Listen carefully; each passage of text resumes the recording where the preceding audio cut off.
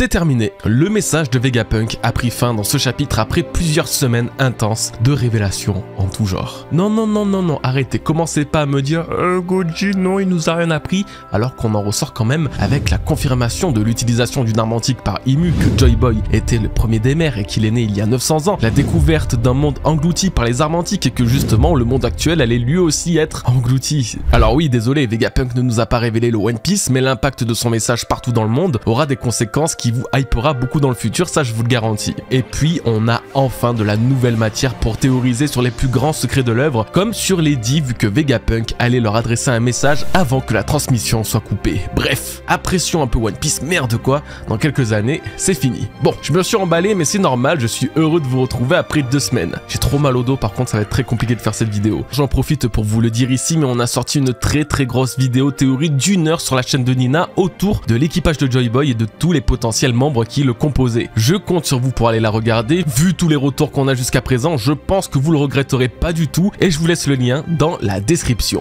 Puis ce soir, on fera un live sur Twitch pour débrief de ce chapitre et débrief aussi de cette grosse théorie sur l'équipage de Joy Boy, donc venez, ça sera aux alentours de 20 h. Bon, on parle du chapitre avant que mon mal de dos ne se relance un peu trop et que je puisse plus parler du tout.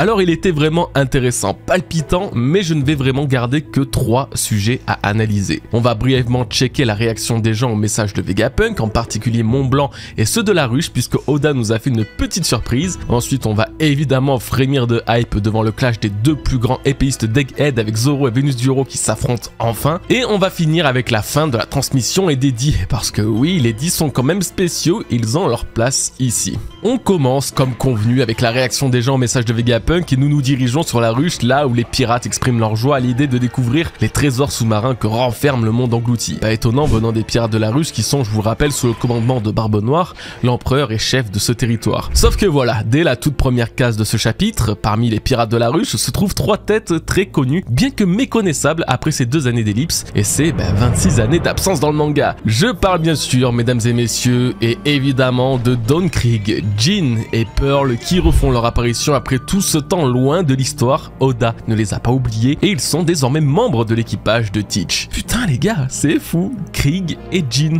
Alors ça change pas du tout l'histoire, hein, c'est même carrément anecdotique, mais leur dernière apparition date quand même de 1998. On était dans un tout autre millénaire. Oda a vraiment tenu dans ce grand discours de Vegapunk à marquer le retour de tous ses plus anciens personnages et c'est quand même très fort. Certains peuvent trouver ça totalement relou et inutile, mais il faut garder en tête qu'Oda a créé un vrai monde pendant presque une trentaine d'années avec des centaines, des milliers de personnages au caractère et à l'histoire différente. Ce n'est pas prodigieux qu'il s'en souvienne, ce qui est vraiment bien joué de sa part cependant, c'est qu'il ait réussi à travers le discours de Vegapunk de recréer un lien avec le passé de son histoire en faisant réapparaître tous ces personnages que l'on a découverts au fil des années. Et tout ça sans que ça paraisse forcé ou déplacé, non, au contraire, même si je sais très bien que beaucoup se foutaient de revoir Chouchou ou les hommes poissons, il ne pouvait pas les exclure de son histoire et faire comme si ça ne les concernait pas, parce que, bah oui, si, ces révélations faites à Egghead concernent pour la première fois en 27 années d'histoire le monde entier de One Piece. Bref, voilà, je voulais vraiment faire cet aparté parce que les revoir m'a fait plaisir et m'a vraiment fait prendre conscience que finalement c'est une petite preuve qu'Oda veut vraiment faire les choses bien dans ce changement d'ordre mondial qui attend les personnages de One Piece. Puis wow les mecs, oh ils sont bien badass, cheveux longs pour Don Krieg qui ressemble d'ailleurs limite à Kuma, hein. Bandeau bien pirate, bien Jack Sparrow pour Jin avec la petite beubare et la petite épée là, non franchement Oda il m'a bien hypé alors que c'est des antiquités de base, hein. Surtout que Jin avait un vrai potentiel à l'époque, il était vraiment puissant et doué et n'a finalement que 27 ans aujourd'hui, ça veut dire qu'il est encore dans une bonne forme globale avec un bon potentiel. En vrai il doit pas être d'un niveau très dégueu, hein. Je pense que vraiment il doit bien toucher au niveau du fight. Bon et sinon l'histoire là ça dit quoi? Eh bien ça dit qu'ils veulent aller chercher des trésors engloutis et ce désir qu'ont les pirates de Teach m'a fait penser à un truc que j'oublie de vous dire depuis 2 à 3 semaines. En fait, et depuis le début, le trésor que cherchait Baggy dans sa jeunesse sur le bateau de Roger était peut-être un trésor du siècle oublié. Bah oui, rappelez-vous, il avait chopé une carte pendant un raid contre d'autres pirates, une carte menant à un prodigieux trésor enfoui au fond de l'océan. C'est la première et même la dernière fois jusqu'à aujourd'hui que l'on parle de trésors reposant au fond des mers et ça prend totalement sens après la révélation de Vegapunk que le monde vivait autrefois 200 mètres plus bas, avant la montée des eaux. Baggy avait peut-être entre ses mains une carte qui l'aurait mené dans les vestiges d'un royaume ancien n'ayant plus été visité depuis 800 années. Mais le pire, c'est qu'il va forcer avec ça le boug. En effet, et après avoir mangé son trou du démon, l'empêchant ainsi de nager, Baggy dira à plusieurs reprises que maintenant, il lui est impossible de s'emparer des richesses des fonds marins. Oda, le petit coquin, aurait-il teasé déjà dans le flashback de Baggy l'histoire du monde sommeillant sous les eaux? Est-ce ça la clé du One Piece? On en rigole depuis des années, mais finalement, ne faudrait-il pas vraiment plonger sous les eaux pour découvrir le grand trésor de Joy Boy, expliquant pourquoi ceux ayant mangé un fruit du démon n'ont pas pu suivre Roger jusqu'à l'Aftel? Ça me rappelle Romance Down volume 2, un chapitre préquel de One Piece publié avant la version finale, dans lequel Luffy pleurait de ne plus pouvoir nager,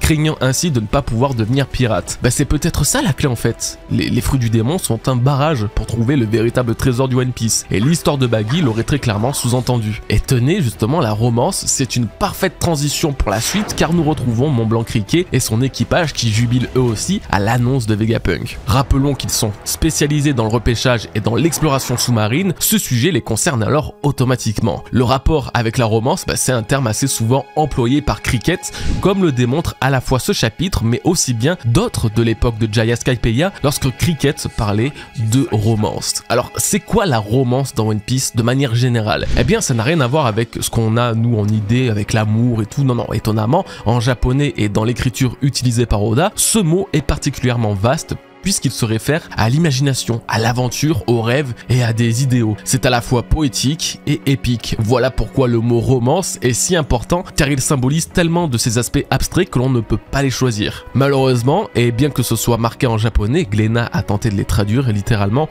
expliquant pourquoi au chapitre 235 et 299, Cricket parle simplement d'aventure et non de romance. Il y a fort à parier qu'il refasse la même erreur dans ce chapitre. On découvrira ça ce soir en live, c'est le petit Kinder Surprise. Bref, la romance dans One Piece, c'est le sens de l'aventure, c'est le goût de l'épique, mais c'est aussi le sens de l'exploration et le désir de suivre ses rêves. Voilà pourquoi Romance Down, qui est le deuxième vrai titre de One Piece, celui qui aura donné son nom au premier chapitre et au tout premier tome. Un titre qui sera d'ailleurs assez important pour être utilisé par Oda à 2 reprises dans les 2 préquels de One Piece, comme je disais plus tôt, avec Romance Down volume 1 et volume 2. Si romance est un synonyme de rêve et d'aventure, Down, lui, reste cependant fidèle à ce qu'on imagine et signifie à la fois l'aube et donc le lever du soleil, ainsi que le commencement de manière plus générale. Romance Down, c'est donc à la fois l'aube des rêves, la naissance de l'aventure, l'épopée du soleil, l'histoire de Luffy, en somme, mais sûrement aussi l'histoire de l'ancien royaume et de la quête épique et légendaire qu'il a laissé derrière lui 800 années après avoir été englouti.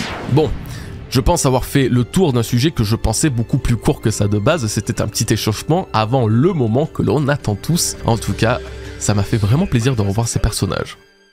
Je vous passe toute la partie sur les marines qui honnêtement nous apporte rien d'exceptionnel, autant se concentrer sur le plus intéressant. Roronoa Zoro contre Ethan Baron Venus Zero. J'en profite pour vous demander de liker cette vidéo, voilà, lâchez votre meilleur pouce bleu pour le soutien, ça fait toujours autant plaisir, pareil pour l'abonnement, si vous n'avez toujours pas rejoint le navire, alors allez-y, c'est à portée de clic. Bon, alors que se passe-t-il pour nos Mugiwara? Le groupe d'Usopp et Nami prépare le Sunny pour quitter l'île, quand Zoro et Jinbe les mettent en garde qu'une véritable créature est à leur poursuite. Venus Zero s'apprêtait à neutraliser le Sunny avant l'intervention de Zoro qui utilisera une forme évoluée de son Rashomon pour attaquer le démon dans un clash de haki tonitruant. Mais ce n'est pas tout et respectivement Zoro et Venus Zero reconnaissent la lame de leur adversaire, un Kitetsu. Oui les amis, ça y est, let's go. Déjà que la théorie du combat choc entre Zoro et Venus Zero se confirme, la théorie du Kitetsu possédé par le doyen se voit elle aussi être définitivement confirmée. Bravo à toute la commu pour ces 15 années de patience, je pense, depuis que cette théorie a émergé. Même s'il n'y avait que très peu de doutes, ça fait quand même plaisir d'avoir enfin la certitude que le Shodai Kitetsu le plus puissant de la famille soit entre les mains d'un personnage aussi important que Venus Zero. Cette révélation a de quoi nous rendre fous puisqu'on peut carrément refaire l'histoire pour imaginer comment cette lame a pu tomber dans les mains de Venus Zero, et c'est précisément exactement ce que je vais m'empresser de faire parce que j'ai trop de hype en moi. Alors, de ce qu'on sait des Kitetsu, le Sandai et le Nidai ont respectivement été forgés par Sukiyaki, le père d'Oden, et Kotetsu, l'ancêtre des Kozuki. Nous pouvons alors en déduire que les Kitetsu naissent dans la famille des Kozuki, ou en tout cas ils leur sont intimement liés. Le Shodai Kitetsu, le plus haut gradé des Kitetsu, lui n'a pas d'artisan attitré, on ne savait ni où il se trouvait, ni qui l'a forgé. Maintenant qu'on sait où il se trouve, entre les mains d'un doyen, alors peut-être que ça peut nous aider à imaginer qui l'a forgé. Il s'agissait bien d'un Kozuki, oui, comme pour le Nidai et le Sandai, mais un Kozuki datant de l'ère du siècle oublié, un Kozuki d'il y a 800 ans. Tout nous laisse croire que les doyens ont eux aussi traversé les âges et qu'ils vivent depuis la période du siècle oublié. De toute façon, leur immortalité en forme d'aimant témoigne d'une endurance et longévité bien supérieure à ce qu'on voit naturellement et normalement dans One Piece. La théorie serait alors la suivante: durant la guerre du siècle oublié, celle opposant les 20 rois du gouvernement mondial à l'ancien royaume, les samouraïs de Wano Kuni et donc par extension les Kozuki se soient alliés à Joy Boy. Parmi les samouraïs se trouvait le forgeron et le porteur du Shodai Kitetsu, le plus ancien et aussi le plus puissant des katanas de cette famille. Malheureusement, et tout comme Joy Boy, ce Kozuki qui lui était allié périra dans cette grande guerre et sa lame maudite, le Shodai Kitetsu, sera ramassée et récupérée par l'homme qui l'aura tué, Ethan Baron, Venus Juro. Ce sabre d'exception devrait alors reposer dans le pays où il a été forgé comme trésor national à l'image du Shusui, mais se trouve actuellement entre les mains d'un ennemi, voire d'un traître. Ne nous arrêtons pas là, car les Kitetsu sont, je vous le rappelle, maudits, et ce depuis leur introduction au chapitre 97. Zoro l'a dit, il a ressenti l'aura que dégageait cette lame dès le début, et encore après, puis même Sukiyaki, forgeron d'un Kitetsu je rappelle, dit à Luffy ceci: les propriétaires de Kitetsu finissent tous maudits, s'il arrive quelque chose à Tama, tu auras affaire à moi. Et dois-je vous rappeler que Otama a été attaqué et blessé par Kaido lui-même seulement 11 chapitres plus tard? Est-ce vraiment un hasard? Je crois toujours fermement en la malédiction des Kitetsu, tous ceux qui y sont liés de près ou de loin en parlent comme un fait et non comme une légende. C'est pourquoi je pense aussi que cette malédiction va prendre un peu plus de place prochainement dans One Piece, de par le potentiel combat entre Zoro et Venus Juro, certes, mais aussi car c'est la malédiction des Kitetsu qui serait à l'origine de la faucheuse apparue au chapitre 1038. Les propriétaires de Kitetsu finissent tous maudits. Si Zoro ne l'était pas jusqu'à présent, il le serait devenu à la fin du combat contre King après être devenu le roi des enfers, le seigneur des enfers. Alors qu'en est-il de Venus Juro, lui qui possède le plus puissant des Kitetsu depuis des siècles, en tout cas théoriquement? Ne serait-il pas lui aussi sujet à la malédiction des Kitetsu? Plus précisément, ne serait-il pas devenu la malédiction de son Kitetsu? Écoutez à nouveau, l'apparition d'une faucheuse face à Zoro n'est pas anodine. Je ne suis pas spécialiste dans la narration des œuvres de fiction, ni rien, hein, je vous rassure là-dessus, mais je sais quand même qu'Oda n'aurait jamais fait apparaître cette entité sans raison valable. Ce que Zoro a vu n'est pas qu'une illusion, qu'on ne reverra jamais et qui ne sera jamais expliquée, pas avec toute l'ambiance spirituelle qui règne autour de ce personnage. Et ce que je trouve encore plus dingue, c'est que la forme cheval du Bakotsu, celle de Venus Juro, lorsqu'il se transforme, est étrangement similaire à celle de la faucheuse apparue quelques dizaines de chapitres plus tôt. Les os, le drapé blanc, ils symbolisent tous les deux la mort et le royaume de l'au-delà. D'ailleurs, parmi le Gorosei, Venus Juro est le seul à garder une apparence si squelettique, inspirant autant la faucheuse. Et si tout ça avait à voir avec les Kitetsu, les squelettes, les démons, la mort et les malédictions? Depuis toutes ces années que nous attendons de savoir ce que cachent vraiment ces lames, nous serions sur le point de le découvrir là maintenant. Les âmes ont une volonté, ça se voit, ça se sent. Le Enma en est la preuve vivante. Comme Sanji qui a vu son histoire être développée sur Whole Cake Island pour atteindre son pic ultime dans l'arc suivant, sur Wano Kuni avec l'éveil de ses pouvoirs, Zoro vivrait la même chose. La fin de son combat sur Wano face à King signait le début d'un nouveau pouvoir, d'une nouvelle histoire, celle de l'éveil de ses lames. Le Enma est la lame ayant ouvert la fenêtre à l'utilisation et la libération de son Haki des rois. Son Kitetsu sera celui sur la malédiction des sabres. N'oubliez pas, il doit également noircir ses lames, il doit les faire augmenter d'un palier et d'un niveau comme lui a dit Sukiyaki. Il est totalement possible que si le combat contre Venus Juro continue et ne se contente pas que d'un clash comme dans ce chapitre, Zoro puisse à la fois en apprendre plus sur les Kitetsu mais aussi sur les lames noires qui font tellement la différence par leur puissance. C'est précisément la raison pour laquelle un combat entre ces deux épéistes serait important. On s'en fout de savoir qui est le plus fort, le plus puissant, parce que de toute façon, Vénus est pour l'instant immortel, comme tous les autres doyens, et ils le resteront jusqu'à la prochaine fois que les Mugiwara devront vraiment les combattre. Donc même si ça finit par une égalité ou pire une défaite de Zoro, leur affrontement pourrait mettre en lumière l'histoire de ces katanas mystiques et maudits, puisque c'est littéralement ce qui les a intéressés. Vénus a reconnu le Kitetsu de Zoro, Zoro a reconnu le Kitetsu de Vénus. Leur discussion ne tournerait qu'autour de ça, puisque de toute façon, la place sociale ou le rôle politique de Vénus n'intéresse en rien et ne concerne en rien non plus l'épéiste des Mugiwara. Bon, attendez, on va se recentrer un peu parce que moi, dès que ça commence à parler de cette partie-là de One Piece, je suis en ébullition. C'est toujours mes sujets préférés, donc j'ai tendance à beaucoup théoriser. Si j'ai pu révéler le sujet qui m'intéressait le plus dans cette interaction entre Zoro et Vénus, les katanas donc, je voudrais quand même noter l'attaque de Zoro qui aura sans doute plusieurs appellations suivant les langues et les traductions, mais qui a en japonais le nom de Sukhavati, qui ressort grâce à ces deux kanji. Alors brièvement et simplement, le Sukhavati, c'est une terre pure, une terre de paix dans la cosmologie bouddhiste. C'est l'opposé total du Naraka, l'enfer bouddhiste, qui est le titre du chapitre 1009 justement, référence à une technique utilisée par Kaido, mais aussi le lieu que gouverne Enma, le seigneur des enfers, celui qui a donné son nom à la lame de Zoro. Et du coup, c'est ça qui m'intrigue. Pourquoi Zoro a toujours toujours des techniques liées à l'enfer bouddhique, comme le Kokujo o Tatsumaki ou le Kokoba Madaragari, qui représentent respectivement le Kalasutra et le Huhuva, donc des enfers bouddhiques. Mais comme par hasard, quand il affronte un vrai démon maudit depuis 800 piges, il nous sort la terre paradisiaque pure des Bouddhas. Non, ça a forcément un sens. Pourquoi Oda changerait-il d'un coup d'un seul une manière de nommer les attaques de Zoro qu'il fait depuis des dizaines d'années? Alors est-ce un clin d'œil à l'ancien royaume se voulant être prospère et peut-être un paradis où régnait la paix, qui s'est vu être éradiqué par le gouvernement dont fait partie Vénus Juro? Ou alors est-ce que c'est un teasing du futur éveil de Zoro? Le Sukhavati est un endroit où les humains peuvent atteindre le nirvana, donc l'éveil, et ce ne serait pas la première fois qu'Oda tease un événement se déroulant dans un futur très proche à travers une attaque ou une technique. C'était d'ailleurs en partie de cette façon que quelques mois avant le chapitre 1010, j'avais théorisé le retour du Ashura de Zoro et son titre démoniaque en quittant Wano Kuni. Ainsi, Zoro réutiliserait très prochainement ses pleins pouvoirs face à Vénus Juro en vain, mais comprendra quelque chose, aura une révélation particulière sur les sabres qu'il porte et sur toute la spiritualité de son art. Le retour du Ashura, du style du roi des enfers à 3 sabres, le désir de récupérer le Shodai Kitetsu pour le ramener à Sukiyaki, vous verrez, Zoro a de très grandes chances d'être au centre de toute notre attention dans les prochains chapitres. On va pouvoir passer à la suite, à la fin de la transmission du message de Vegapunk, mais vraiment on reparlera du sujet de Zoro ce soir, son face à face est bien trop hypant. C'est la fin. L'émetteur du message de Vegapunk se trouvait bien dans le robot géant puisque dès que le Gorosei s'est mis à l'attaquer, la connexion fut immédiatement coupée. Mais qu'allait bien pouvoir dire Vegapunk au sujet des D? À ceux qui portent la lettre D dans leur nom, parmi vous, il y a mot 3 petits points. Que voulait dire Vegapunk? Qu'allait-il révéler de si important pour qu'Oda décide de le faire taire à ce moment précis? On ne le saura jamais, enfin pas pour l'instant, mais on peut toujours le deviner. En tout cas, il y a tout un contexte à avoir autour de cette phrase que je dois de vous expliquer. Alors, ce mot est très traître, car il peut à la fois tout et rien dire. Dans la version japonaise, Vegapunk a utilisé l'hiragana, mot qui ressemble à ceci. Cette particule est généralement placée après un mot pour montrer qu'il fait partie d'un tout, d'un ensemble. Il ne peut cependant pas être le début de mot qui dit Luffy, par exemple, car en japonais, monkey ne s'écrit pas pareil, pas avec le même mot. Le plus souvent, cette particule peut se traduire par également ou aussi, et c'est, je pense, la bonne traduction sous-entendue par Oda. La logique voudrait alors que le message de Vegapunk soit à ceux qui portent la lettre D dans leur nom, parmi vous, il y a aussi 3 petits points. Voilà. Alors, ok, mais du coup, aussi quoi? Qu'est-ce qu'ont les descendants d'Eddie que Vegapunk peut bien connaître et vouloir dire? J'ai imaginé plusieurs scénarios, plusieurs suites possibles que je vais vous présenter.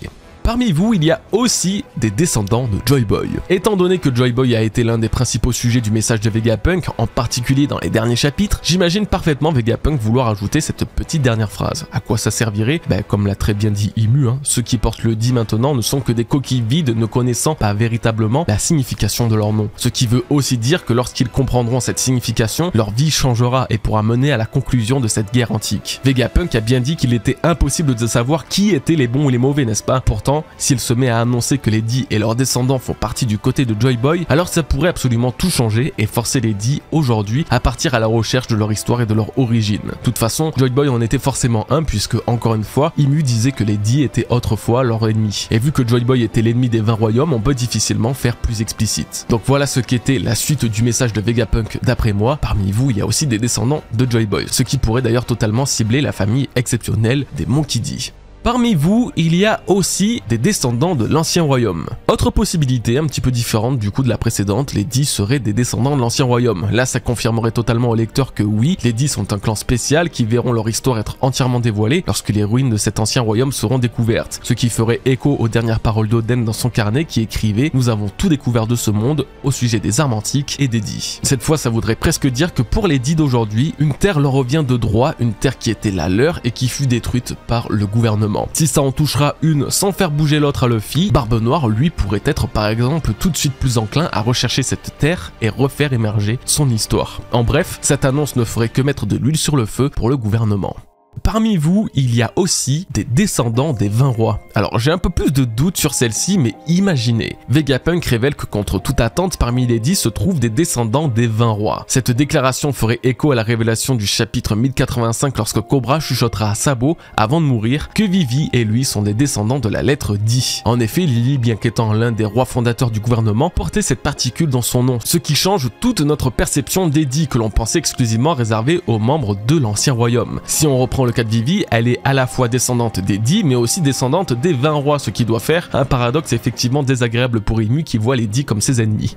Pour finir, le message de Vegapunk serait peut-être simplement, parmi vous, il y a aussi des héritiers de la volonté de l'ancien royaume. Alors je me permets de vous arrêter, non, c'est pas totalement pareil aux descendants de l'ancien royaume, que j'ai cité un petit peu plus tôt. En effet, nous ne savons toujours pas comment le Di se transmet. Est-ce réellement et uniquement de famille en famille, ou cette particule s'hérite-t-elle autrement, d'une manière plus spéciale et particulière? La scène de Luffy et Ace donnant le Di à Sabo était-elle vraiment humoristique ou révélatrice? Parmi les textes que Vegapunk a bien pu lire autour de cet ancien royaume et son histoire, il aurait pu y découvrir une prophétie annonçant que certains Di, plus tard, hériteront d'une volonté qui redorera le blason de cet ancien royaume d'autrefois. Des porteurs de cette volonté qui seront destinés à affronter et vaincre le gouvernement mondial. Voilà, alors forcément quand on a plein d'options qui s'offrent à nous comme ça, comme dans ce chapitre, il est difficile de n'en sortir qu'une seule du lot. N'hésitez donc pas à me dire en commentaire ce que Vegapunk voulait dire d'après vous, mais je pense qu'on sera tous plus ou moins d'accord sur le sujet. Maintenant, je ne peux quand même pas m'empêcher de penser à une chose, je vous ai bassiné depuis le début de son message par la crainte que Vegapunk ne révèle le nom de l'ancien royaume, à ce qu'il paraît être une clé de tout d'après Clover.